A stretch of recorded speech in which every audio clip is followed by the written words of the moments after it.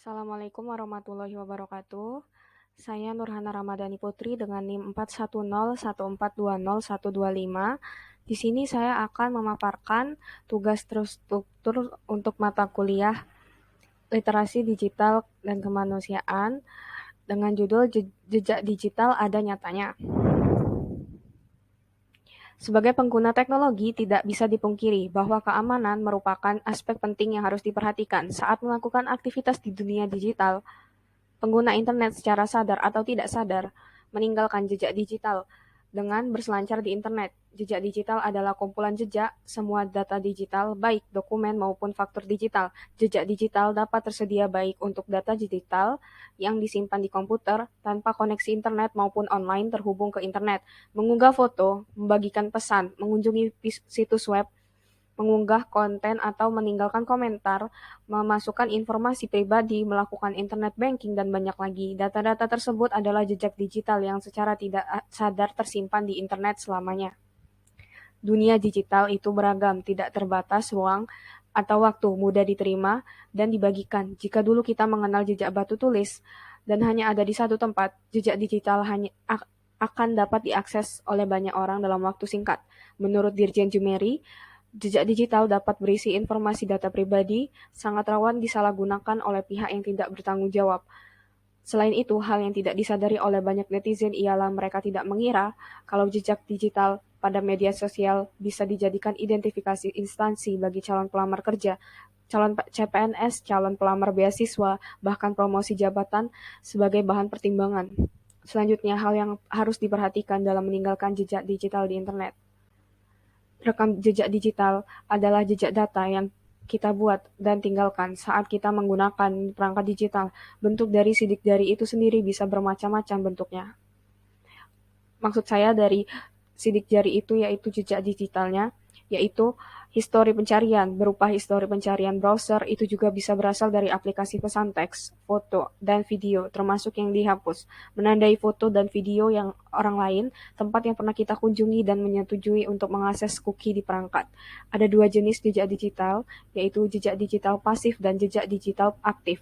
Dengan jejak digital pasif, biasanya tidak ada tindakan yang dilakukan, seperti mencatat alamat IP, riwayat pencarian, dan lokasi. Sedangkan jejak digital aktif adalah semua jejak digital yang dibuat oleh peran aktif pengguna. Contohnya mengunggah ke media sosial, mengisi formulir online, dan mengirim email. Penting bagi pengguna internet untuk memahami implikasi dan efek positif dan negatif dari tindakan di dunia digital. Jejak digital seperti bom waktu, yang bisa meledak kapan saja. Bom dapat digunakan oleh beberapa pihak untuk menyerang pemegang jejak digital.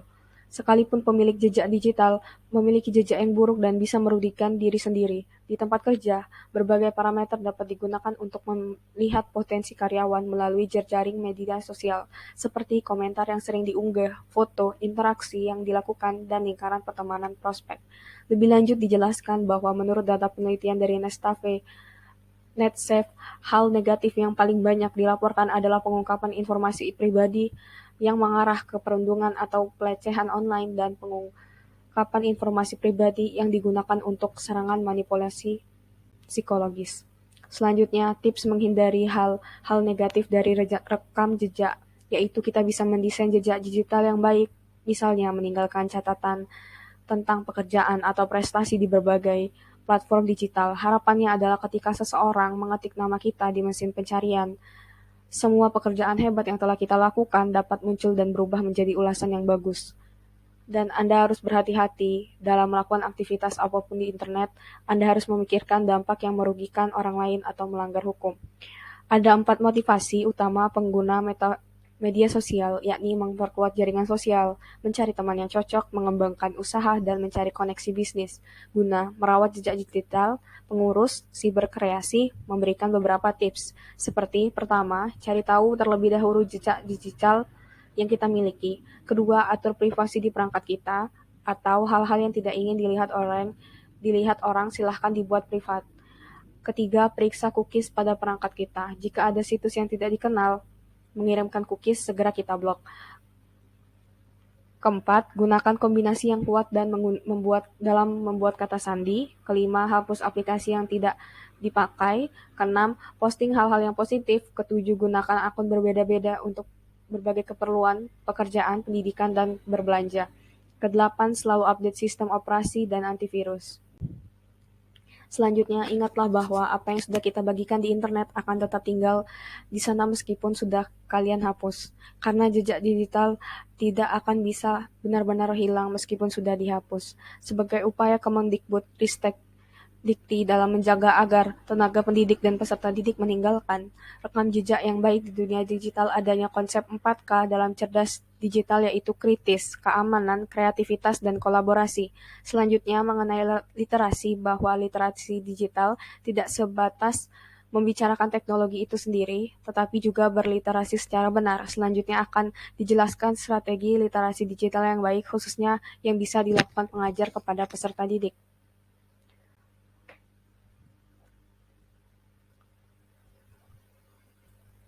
Pertama, yaitu manajemen waktu. Manajemen waktu guna menghindari kecanduan siswa terhadap media digital, guru dapat mengedukasi tentang pengelolaan waktu ketika pembelajaran sedang berlangsung dan diintegrasikan dengan mata pelajaran. Hal tersebut bisa dilakukan secara tematik maupun melalui olahraga dan seni budaya dan keterampilan. Kedua, perundungan dunia maya. Kasus perundungan dunia maya marak terjadi. Dalam mengatasi hal tersebut, guru perlu mensosialisasikan kepada peserta didik untuk tidak merespon, tidak balas dendam, dan untuk menyimpan bukti perundungan tersebut kepada orang tua atau guru, bahkan pihak berwajib. Guru juga bisa memberikan edukasi aturan terkait perundungan tersebut pada materi pembelajaran tematik. Ketiga, yaitu pengelolaan keamanan cyber atau siber. Guru dapat memberikan edukasi beberapa tips keamanan siber kepada siswa, seperti selalu menggunakan nama asli dalam beraktivitas di ruang digital, membuat kata sandi yang kuat serta tidak memberitahukannya kepada pihak lain, mengunci perangkat, melakukan filterisasi mesin pencarian, tidak membuka sembarang tautan, dan selalu melakukan logout akun. Keempat, pengelolaan privasi. Guru juga bisa mengedukasi pentingnya menjaga keamanan data diri agar terhindar dari penipuan dan pemalsuan. Identitas, hal yang bisa diedukasikan seperti tidak memberikan data diri pada jejaring sosial, tidak menerima pertemanan pada orang tidak dikenal, hingga tidak memberitahukan lokasi pada jejaring sosial. Kelima, yaitu berpikir kritis.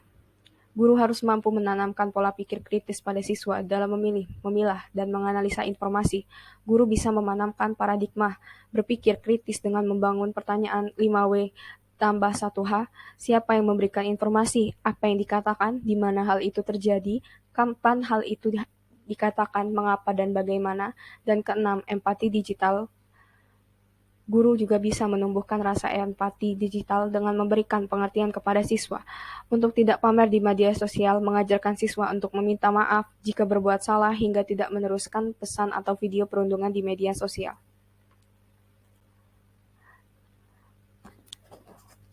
Sampai sini saja penjelasan yang akan saya sampaikan. Mohon maaf bila terdapat kesalahan. Wassalamualaikum warahmatullahi wabarakatuh. Terima kasih.